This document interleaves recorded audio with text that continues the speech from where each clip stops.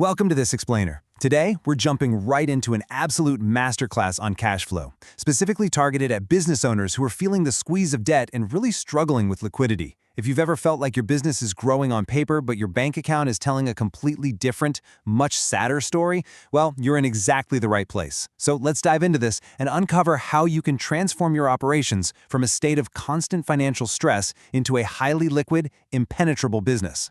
Picture this, because it's the ultimate sleep-depriving frustration for countless entrepreneurs. Your sales just doubled. Maybe you went from $1 million to $2 million. Your profit margins are supposedly through the roof. By all accounts, you should be celebrating, right? But instead, you're sweating.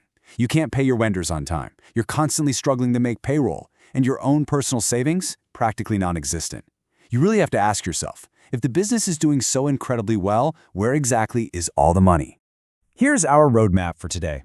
We'll start with how profit is not cash, dive into the 3 bankruptcy traps, master the cash conversion cycle, open up the cash flow playbook, and finally, build the ultimate reserve. Let's get right into it. Section 1. Profits is not cash. There is a harsh reality that, honestly, about 95% of small business owners fall for. They actually believe that money in the books is the exact same thing as money in the vault. You know the drill. Your accountant hands you a profit and loss statement at the end of the year, and it looks beautiful. It says you made a massive profit. But here's the kicker. That wealth is purely on paper. The reality of surviving in business isn't about the wealth recorded in your ledgers. It's all about the actual, spendable cash sitting securely in your bank account today. Making this mindset shift is literally a matter of life or death for your company. Research shows that 82% of businesses that go bankrupt don't fail because they lacked sales. They don't fail because their product was bad or because they lacked on-paper profit. No, they go under for one simple, brutal reason. They run out of cash. The craziest part is that it's rarely some catastrophic market crash that closes a business's doors. It's the mundane, everyday stuff. It's the vendor bills coming due. It's the staff salaries, the rent, the electricity bill. When you have outstanding receivables that haven't hit your bank account yet, but these immediate bills demand actual cash today, a gap forms. And if you can't bridge that gap, even a highly profitable business is going to shut down. Tracking cash flow isn't just some boring accounting exercise, it is the absolute heartbeat of your operations. Section 2. The 3 bankruptcy traps. Trap number 1 is this dangerous overdependence on debt. Think about overdraft facilities and constant business loans.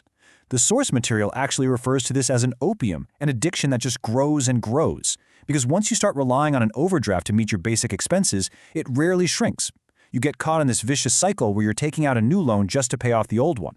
The interest meter is constantly running, slowly bleeding your actual cash reserves dry, while you use incredibly expensive money just to stay afloat. Trap 2. I want you to really think about this for a second. Are you a bank? Because if you're offering your clients 90, 120, or even 150-day payment terms, you are acting exactly like one. By letting customers delay their payments while you are out there borrowing money to run your own business, you are essentially using your expensive bank debt to finance your customers' operations totally for free. It's a massive drain on your cash flow. You absolutely have to apply strict payment terms to avoid funding their business with your own capital. And trap 3 is dead inventory. To put this in perspective, consider this devastating example from the source. A coaching client had this massive business generating 75 crore in turnover. They gave inventory on a consignment basis to large retailers. But then COVID hit. The retailers returned all the unsold goods. Suddenly, a thriving business was sitting on 25 crore of completely dead stock. Because all their cash was tied up in boxes just gathering dust, they couldn't pay salaries, they couldn't pay into their provident funds, and they definitely couldn't expand. Dead stock equals dead cash. Section 3. Mastering the cash conversion cycle. So what is the cash conversion cycle, or CCC? Simply put, it's the exact number of days it takes for the raw cash you invest into your business, like buying materials or paying labor, to complete its journey, turn into a sold product, and finally land back in your bank account as cash plus a profit. I want to challenge you right now. Have you ever actually calculated this number for your own workflow? Most owners haven't, but evaluating your cash conversion cycle is the single most important step to identify all those hidden inefficiencies in your operations. To really see the power of optimizing this cycle, we just have to look at Dell computers. Under their old model, they shipped laptops to distributors, who eventually sold them and then finally paid Dell. That whole process took 67 days, meaning they had to float all that cash for over 2 months. But then they completely pivoted. They moved to website pre-orders. Customers customized their laptops online and, crucially, paid up front. Dell got the cash immediately and then shipped the product 21 days later. They shifted their cycle to a negative 21 days. They were getting paid 3 weeks before they even had to deliver. Selling for cash up front and buying raw materials on credit, that is the absolute holy grail of liquidity. Section 4. The Cash Flow Playbook. Step 1 happens with your accountant. You have got to stop waiting for the end of the financial year to figure out if you actually made any money. You need to demand 3 specific reports every single month: your profit and loss, your balance sheet, and most crucially, your cash flow statement. Even if it means you have to hire a part-time accountant or pay a little extra, you must create a monthly cash flow statement. You needed to track every single incoming and outgoing payment so you can spot cash gaps before they swallow you whole. Step 2 requires a pretty massive shift in how you operate.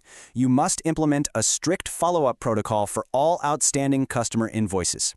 And here's the key: you have to remove your sales team from the collections process entirely. Think about it. Salespeople naturally want to maintain friendly relationships, right? They'll easily cave and tell a client, don't worry about the payment right now, just take the goods. No.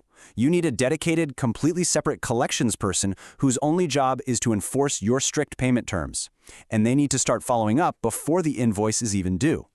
Step 3 is to restructure your pricing and terms. You need to transition your business model to require upfront deposits for all new projects. Now, I know what you might be thinking right now, but my industry relies on credit. That might be true, but look closely at your workflow. Are there premium services, fast-track deliveries, or highly unique products where you can structure pricing to encourage advance payments?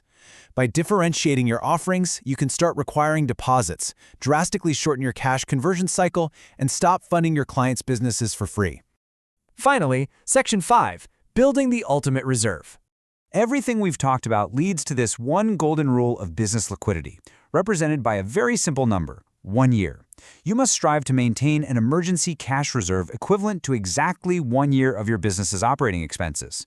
Just imagine the absolute peace of mind of having 12 months of rent, salaries, and utility bills safely locked away in a fixed deposit.